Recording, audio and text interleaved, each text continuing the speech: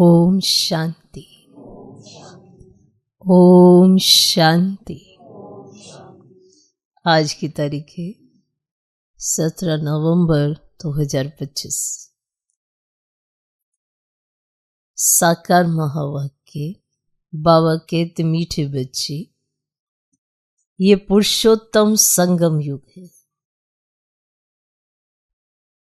ये पुरुषोत्तम संगम युग है।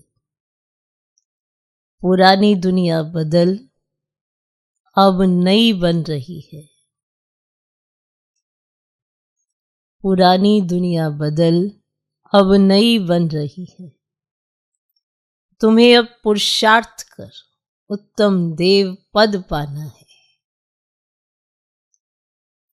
तुम्हें अब पुरुषार्थ कर उत्तम देव पद पाना है। बाबा कहते मीठे बच्चे, ये पुरुषोत्तम संगम युग है। पुरानी दुनिया बदल अब नई बन रही है।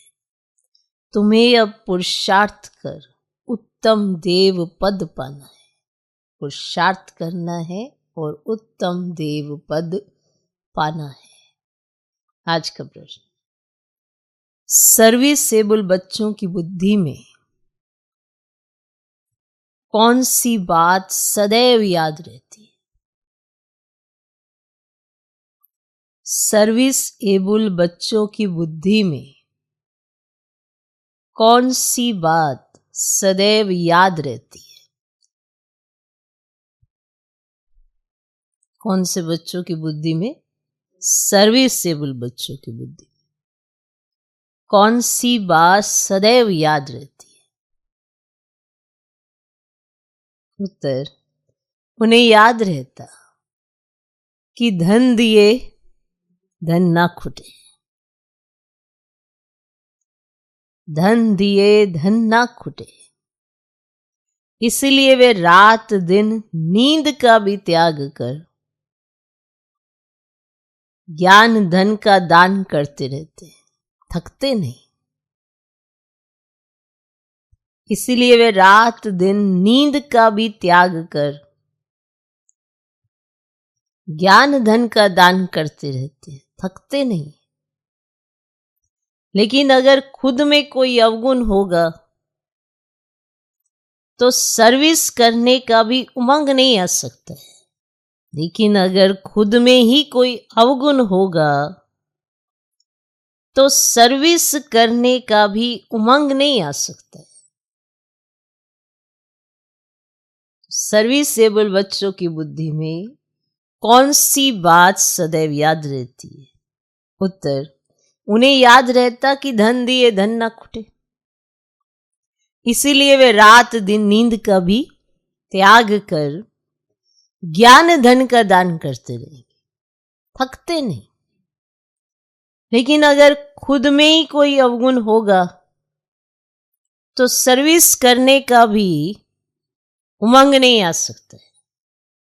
ठीक। ओम शांति। मीठे मीठे रूहानी बच्चों प्रति बाप बैठ समझाते हैं। बच्चे जानते हैं परम पिता रोज रोज समझाते हैं, जैसे रोज रोज टीचर पढ़ाते हैं।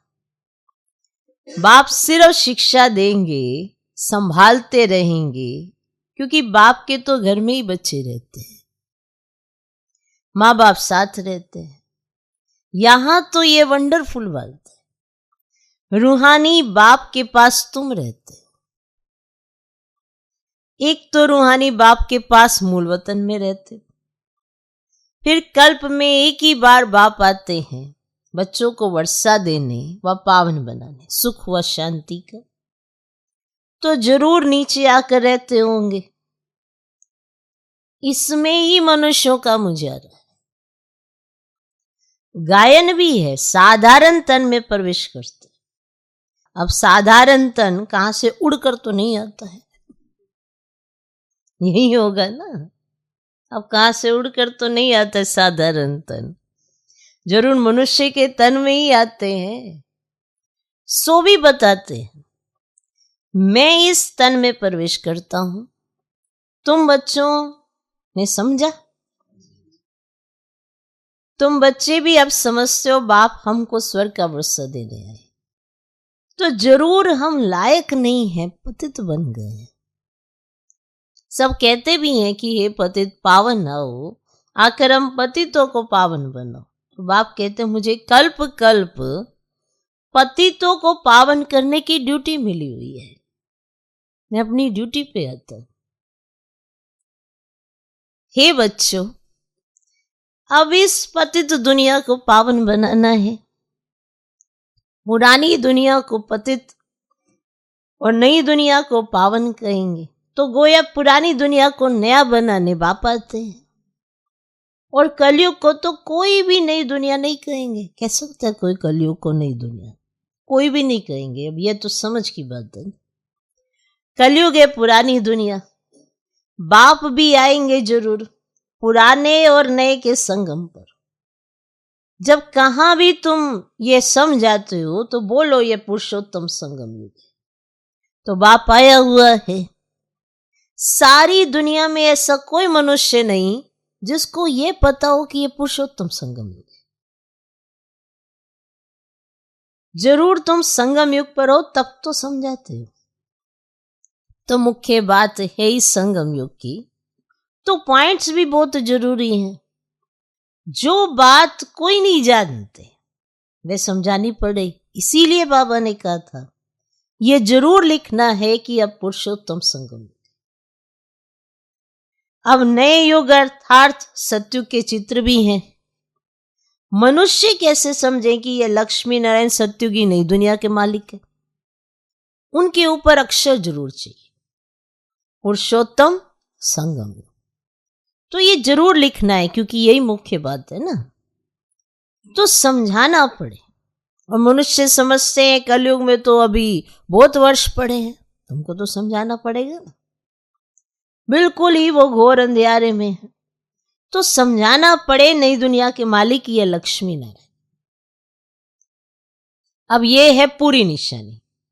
तुम कहते हो इस राज्य की स्थापना हो रही है। अब गीत भी है ना, नवयुग आया अज्ञान नींद से जागो। ये तुम जानते हो अब संगम युग है, इनको नवयुग नहीं कहेंगे। और संगम को संगम युग ही कहा जाता है। अब ये है पुरुषोत्तम संगम युग। देखो संगम युग की महिमा को समझो।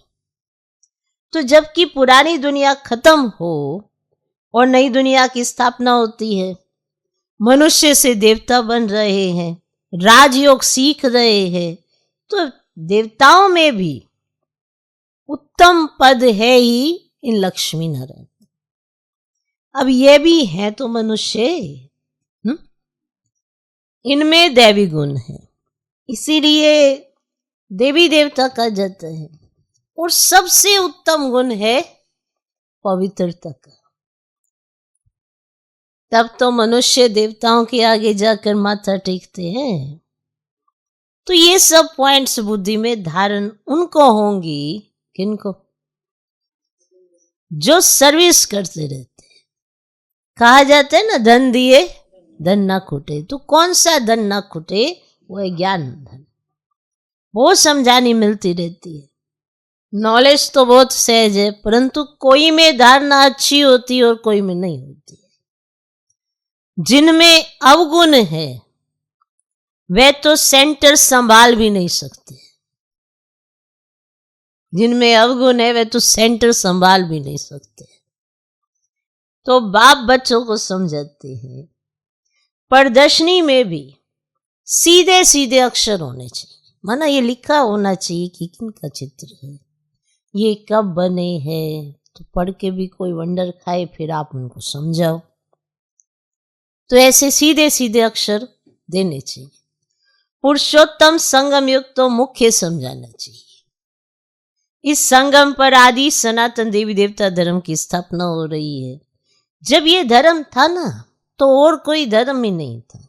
और ये जो महाभारत लड़ाई है उनकी भी ड्रामा में नोंद है। तो ये भी अभी निकले हैं, आगे थोड़े ही थे।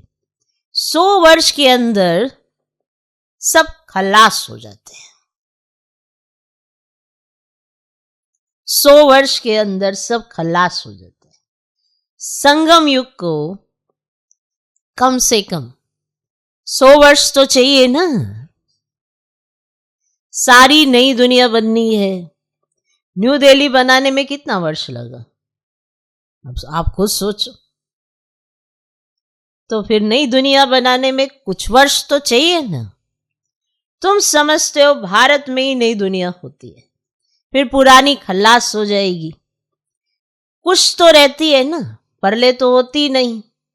तो ये सब बातें बुद्धि में है। अभी है संगम युग। नई दुनिया में जरूर ये देवी देवता थे, फिर यही होंगे। ये है राजयोग की पढ़ाई।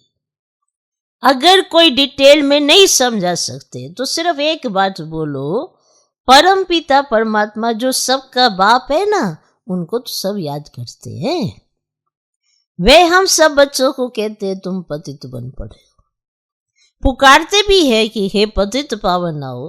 तो बरोबर कलयुग में है ना पतित, और सतयुग में पावन होते हैं। अब परम पिता परमात्मा कहते देह सहित ये सब पतित संबंध छोड़ मामेकम याद करो तो पावन बन जाएंगे। अब यहां सब पतित है, बनना पावन है, तो उनकी बात सुनेंगे तब तो बनेंगे ना। तो ये गीता के ही अक्षर हैं। है भी गीता का युग। अब गीता संगम युग पर ही गाई हुई थी, जबकि विनाश हुआ था तो बाप ने राजयोग सिखाया था। राजाई स्थापन हुई थी, फिर जरूर होगी। तो ये सब रूहानी बाप समझते हैं ना। चलो मानो, चलो इस तन में ना आए और कोई में भी आए, समझानी तो बाप की है ना। अब समझानी किसकी है, बाप की है ना। चलो इस तन में नहीं आए, कोई और में आए तो समझानी किसकी है, समझानी तो बाप की है ना। हम इनका तो नाम लेते ही नहीं है, हम तो सिर्फ बतलाते हैं बाप के, तो तुम पावन बन और मेरे पास चले जाएंगे, है ना। कितनी साधु। अच्छा चलो मानो इनमें नहीं भी आए तब भी तो समझाएंगे, तो वही शिव बाबा ना। तो सुनो तो सही कि वो शिव बाबा क्या समझाते हैं, क्योंकि आत्मा तो इस समय पतित है, बनना उसको पावन है। तो पतित पावन जिस तन से सुनाएगा, हमने तो सुनना है ना, हम इनको थोड़े याद करते हैं। ये भी कितना सहज है। सिर्फ मुझे याद करो और 84 के चक्र का ज्ञान बुद्धि में हो। जो धारणा करेगा ना, वह चक्रवर्ती राजा बनेगा। ये मैसेज तो सब धर्म वालों के लिए है। घर तो सबको जाना है, हम भी घर का ही रास्ता बताते हैं। अब पादरी आदि कोई भी हो, तुम उनको बाप का संदेश दे सकते हो। तुमको खुशी का बहुत पारा चढ़ना चाहिए। अब परमात्मा का संदेश है तो आप में होनी चाहिए ना। तुम्हें खुशी का बहुत पारा चढ़ना चाहिए। परम पिता परमात्मा कहते ममेकम याद करो तो तुम्हारे विक्रम विनाश होंगे। सबको यही याद करो। बाप का पैगाम सुनाना ही नंबर 1 सर्विस है। सुना, गीता का युग भी अब है। बाप आए हैं, इसीलिए वही चित्र शुरू में रखना चाहिए। जो समझते हम बाप का पैगाम दे सकते हैं तो तैयार रहना चाहिए। दिल में आना चाहिए हम ही अंधों की लाठी बने। ये पैगाम तो कोई को भी दे सकते हो। बीके का नाम सुनकर ही डरते हैं। बोलो हम सिर्फ बाप का पैगाम देते हैं। परम पिता परमात्मा कहते मुझे याद करो, बस यही पैगाम है, ये आपको देना बस। हम किसकी गलानी नहीं करते। ममेकम याद करो, मैं ऊंच से ऊंच पतित पावन हूं, मुझे याद करने से तुम्हारे विक्रम विनाश होंगे। ये नोट करो, ये बहुत काम की, लिख दो। इतना सिर्फ बताया कल्याणकारी बने। अपने से प्रण करना चाहिए, फिर आदत पड़ जाएगी। सर्विस करने की सर्विस तो फिर आदत पड़ जाएगी, फिर रह नहीं सकेंगे। यहां भी तुम समझा सकते हो, चित्र दे सकते हो। यह है पैगाम देने की चीज। लाखों बन जाएंगे, घर घर में जाकर पैगाम देना है। कोई दे ना दे, बोलो बाप तो है ही गरीब निवाज, बोलो। हमारा फर्ज है घर घर में पैगाम देना। ये बाप दादा इनसे ये वर समझते हैं। 84 जन्म ये लेते हैं, इनका ये अंतिम जन्म है। हम ब्राह्मण है सो फिर देवता बनेंगे। तो ब्रह्मा भी ब्राह्मण है, तो प्रजापिता ब्रह्मा अकेला तो नहीं होगा ना, तो जरूर ब्राह्मण वंशावली भी होगी ना। तो ब्रह्मा सो विष्णु देवता और ब्राह्मण है चोटी, वही देवता क्षत्रिय वैश्य शूद्र बनते हैं। तो कोई जरूर निकलेंगे जो तुम्हारी बातों को समझेंगे। पुरुष भी सर्विस कर सकते हैं। सवेरे उठकर मनुष्य जब दुकान खोलते तो कहते सुबह का साईं। तुम भी पहले सवेरे सवेरे जाकर बाप का पैगाम सुना। बोलो तुम्हारा धंधा बहुत अच्छा होगा। तुम साईं को याद करो तो 21 जन्म का वर्षा मिलेगा। अमृत वेले का टाइम अच्छा होता है। आजकल कारखानों में माताएं भी बैठ काम करती है।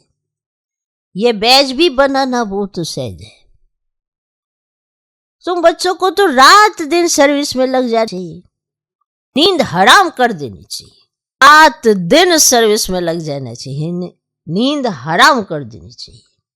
बाप का परिचय मिलने से मनुष्य धन के बन जाते हैं। तुम किसको भी पैगाम दे सकते हो। तुम्हारा ज्ञान तो बहुत ऊंचा है। बोलो हम तो एक को याद करते हैं। क्राइस्ट की आत्मा भी उनका बच्चा थी। आत्माएं तो सब उनके बच्चे हैं। वही गॉड फादर कहते कि और कोई भी देदारी को मत याद करो। तुम अपने को आत्मा समझ मामेकम याद करो तो विक्रम विनाश हो जाएंगे, मेरे पास आ जाएंगे। मनुष्य पुरुषार्थ करते ही है ना जाने के लिए, जा थोड़ी ही है, जा तो कोई भी नहीं है। और देखा जाते भी बहाना करते रहते हैं, बहाने बहुत देते हैं, इसलिए कहा ठंडे है। इसमें बहुत सहन भी करना पड़ता है। धर्म स्थापक को कितना सहन करना पड़ता है। क्राइस्ट के लिए भी कहते हैं उनको क्रॉस पर चढ़ाया, और तुम्हारा काम है सबको संदेश देना। उसके लिए युक्तियां बाबा बताते रहते हैं। कोई सर्विस नहीं करते तो बाबा समझते हैं, धारणा नहीं है। बाबा राय देते हैं कैसे पैगाम दो। ट्रेन में भी तुम ये पैगाम देते रहो। तुम जानते हो हम स्वर्ग में जाते हैं, कोई शांति धाम में भी जाएंगे ना, रास्ता तो तुम ही बता सकते हो। तुम ब्राह्मणों को ही जाना चाहिए, है तो बहुत, और ब्राह्मणों को कहाँ तो रखेंगे ना। तो ब्राह्मण देवता क्षत्रिय, तो प्रजापिता ब्रह्मा की औलाद तो जरूर होंगे ना। तो आदि में है ही ब्राह्मण, और तो ब्राह्मण हो ऊंचते ऊंच, तो वह ब्राह्मण है कुख वंशावली, और ब्राह्मण तो जरूर चाहिए ना। नहीं तो प्रजापिता ब्रह्मा के बच्चे ब्राह्मण कहाँ गए। और ब्राह्मणों को तुम बैठ समझाओ तो वह झट समझ जाएंगे। बोलो तुम भी ब्राह्मण हो, हम भी अपने को ब्राह्मण कहलाते हैं। अब बताओ तुम्हारा धर्म स्थापन करने वाला कौन। और ब्रह्मा के सिवाय कोई नाम ही नहीं लेंगे। तुम ट्रायल करके देखो। और ब्राह्मणों के भी बहुत बड़े बड़े कुल होते हैं।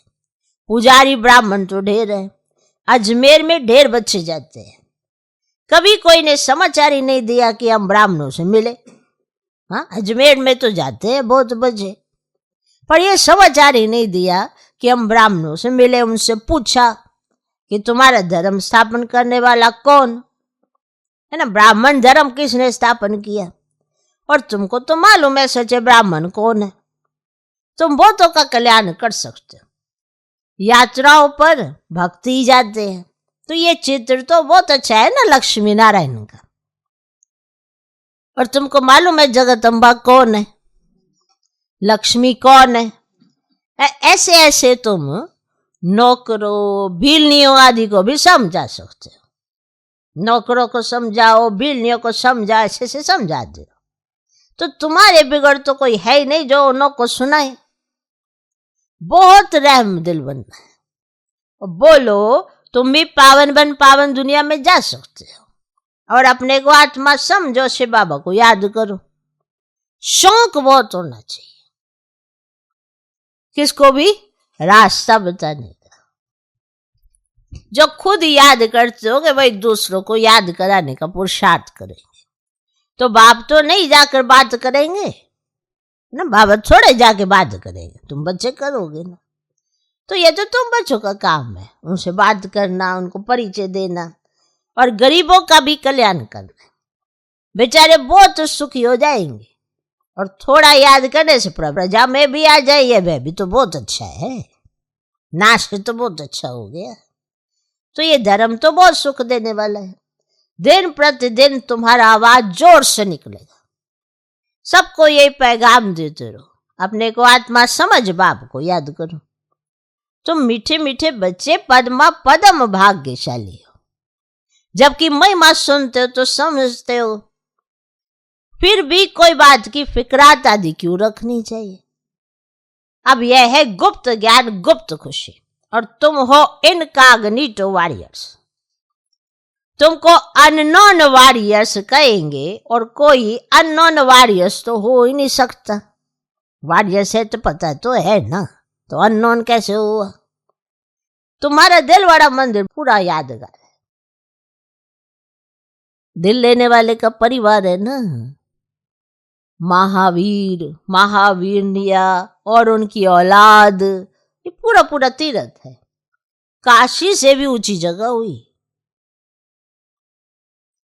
अच्छा, मीठे मीठे सिकिल दे बच्चों प्रति माता पिता बाप दादा का याद प्यार और गुड मॉर्निंग। रूहानी बाप की रूहानी बच्चों को नमस्ते।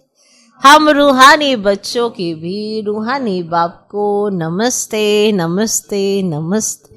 Good morning good morning good morning. धारणा के लिए मुख्य सर पहला पॉइंट, घर घर में जाकर बाप का पैगाम देना है। घर घर में जाकर बाप का पैगाम देना है। सर्विस करने का प्रण करो। सर्विस के लिए कोई भी बहाना मत दो।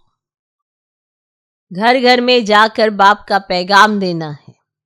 सर्विस करने का प्रण करो। सर्विस के लिए कोई भी बहाना मत दो। खुद को भी पता होता है कि हम बहाना लगा रहे हैं या क्या है, तो कोई भी बहाना सर्विस के लिए ना दो, क्योंकि वो बहाना नोट हो जाता है, कल्प कल्प की नींद में चला जाएगा। दूसरा पॉइंट, किसी भी बात की फिक्रात नहीं करनी है। किसी भी बात की फिक्रात नहीं करनी है। गुप्त खुशी में रहना है। किसी भी देदारी को याद नहीं करना है। एक बाप की याद में रहना है। किसी भी बात की फिक्रात नहीं करनी है। गुप्त खुशी में रहना है। किसी भी देदारी को याद नहीं करना है। एक बाप की याद में रहना है। आज का वरदान, कल्याणकारी बाप और समय का हर सेकंड लाभ उठाने वाले निश्चय बुद्धि निश्चिंत भव। कल्याणकारी बाप और समय का हर सेकंड लाभ उठाने वाले निश्चय बुद्धि निश्चिंत भव। जो भी दृश्य चल रहा है उसे त्रिकालदर्शी बनकर देखो।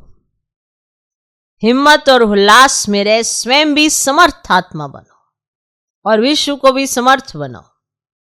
स्वयं के तूफानों में हिलो मत, अचल बनो। कोई भी तूफान आता है, चाहे मनसा में आए चाहे कैसे भी आए, वो चेकिंग होती है आपकी और उसी में हिल जाते हैं। अब चेकिंग के समय तो चेकिंग ही होएगी ना, हिलने के लिए थोड़ा कहा है। पर अपने अंदर के संकल्प जब कमजोर होते हैं तभी हिल जाते हैं, और तूफान जब आता है तो वो अपने इस कमजोर संकल्पों को तो लेके ही तो आएगा, तो क्यों हिल जाते हैं? क्योंकि याद नहीं रहता कि हमने अपने आप के साथ क्या प्रण किया है। इसीलिए कहा जाता है घड़ी घड़ी रिवाइज करते रहो, जब बिल्कुल पक्का हो जाए तब उसकी बात करो, लेकिन उससे पहले रिवाइज करते रहो। दृढ़ता ऐसे थोड़ा जाती है। आपने कुछ सोचा आज के बाद ऐसे नहीं करना, आप कहीं आपने देखे होंगे कहीं कहते आज के बाद ये नहीं खाना, ये नहीं खाना, जब है ही नहीं चीज सामने तो नहीं करना, नहीं करना, नहीं खाना, नहीं खाना। जैसे ही वो आ जाएगी चीज सामने तो अपनी प्रतिज्ञा भूल जाएंगे, अपना प्रण भूल जाएंगे, और उसी समय तो याद आना चाहिए था, और उस समय ही याद नहीं आया। जिसने प्रण अपने साथ पक्का किया होता वो बार बार उसको इस स्मृति में भी आता है कि कुछ है तो नहीं है, गलती से भी किसी ने कुछ कर तो नहीं दिया, इस चीज में डाल तो नहीं दिया, कुछ ऐसा किया तो नहीं। आप सबने प्रतिज्ञा की खान पान की, शुद्धता की, किसी ने खिलाया क्या ठूस के आपके मुंह में? बार बार उसको एक सेकंड में आपने कहा ये नहीं खाना बस, और यहां से आपने कहा ये अच्छा नहीं है, अशुद्ध है, त्याग दिया। माने ये सॉलिड संकल्प था कि ये अशुद्ध है, तो जो अशुद्ध चीज है उसमें बार बार आत्मा गोते क्यों खाती है?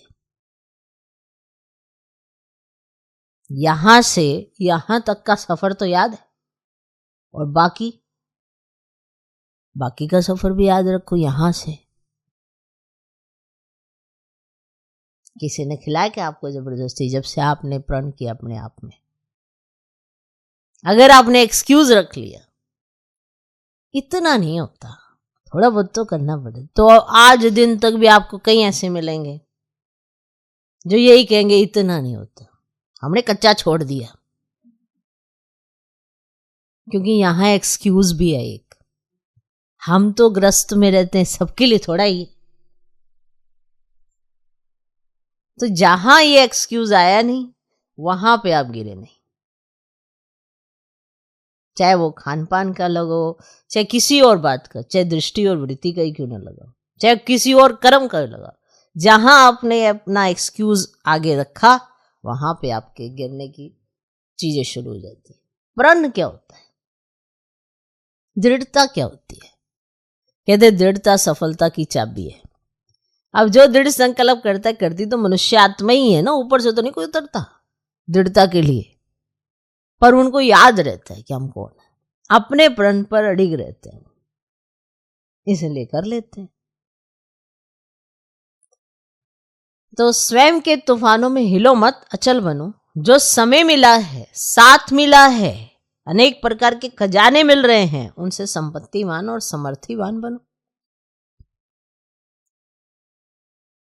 जो साथ मिल रहा है, आज दुनिया में तो ऐसे बहुत से लोग हैं जिनको कुछ भी नहीं मिलता, आपको तो सब कुछ मिल रहा है बिना किसी एफर्ट के, पर रियलाइजेशन ही नहीं है तो वो एफर्ट भी किस काम के। तो समय मिला, साथ मिला है, अनेक प्रकार के खजाने मिल रहे हैं, उनसे संपत्तिवान और समर्थिवान बनो। सारे कल्प में ऐसे दिन फिर आने वाले नहीं हैं, इसलिए अपनी सब चिंताएं बाप को देकर निश्चय बुद्धि बन सदा निश्चिंत रहो। आप सारे कल्प का चक्कर लगा लो, आपको ऐसे वाले दिन नहीं मिलने, इतनी निश्चिंतता नहीं मिलेगी। हमेशा दुख दुख लगी रहेगी कि अभी ये करना, अभी वो करना, और सेल्फ आपको करना होगा, परमात्मा आपकी पहचान में ही नहीं होगा तो आप कुछ भी कहेंगे बाबा परमात्मा जी देख लेना, वो कहाँ से देखेंगे, उन्होंने तो कोई डायरेक्शन ही नहीं दे रखी। यही है, सारे कल्प में ऐसे वाले दिन नहीं आने वाले।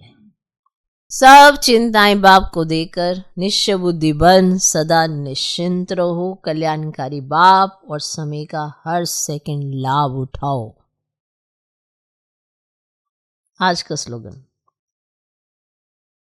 बाप के संग का रंग लगाओ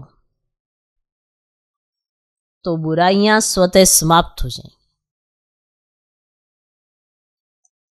बाप के संग का रंग लगाओ तो बुराइयां स्वतः समाप्त हो जाएंगी। अव्यक्त इशारे, अशरीरी व विदेही स्थिति का अभ्यास बढ़ाओ। विदेही बनने की विधि है बिंदी बनना, बिंदी बनना। अशरीरी बनते हो, कर्मातीत बनते हो, सबकी विधि है बिंदी है। इसीलिए बाप दादा कहते हैं अमृत वेले बाप दादा से मिलन मनाते, रूढ़ियान करते। जब कार्य में आते हो ना तो पहले 3 बिंदियों का तिलक मस्तक पर लगाओ और चेक करो किसी भी कारण से ये स्मृति का तिलक मिट तो नहीं जाता है।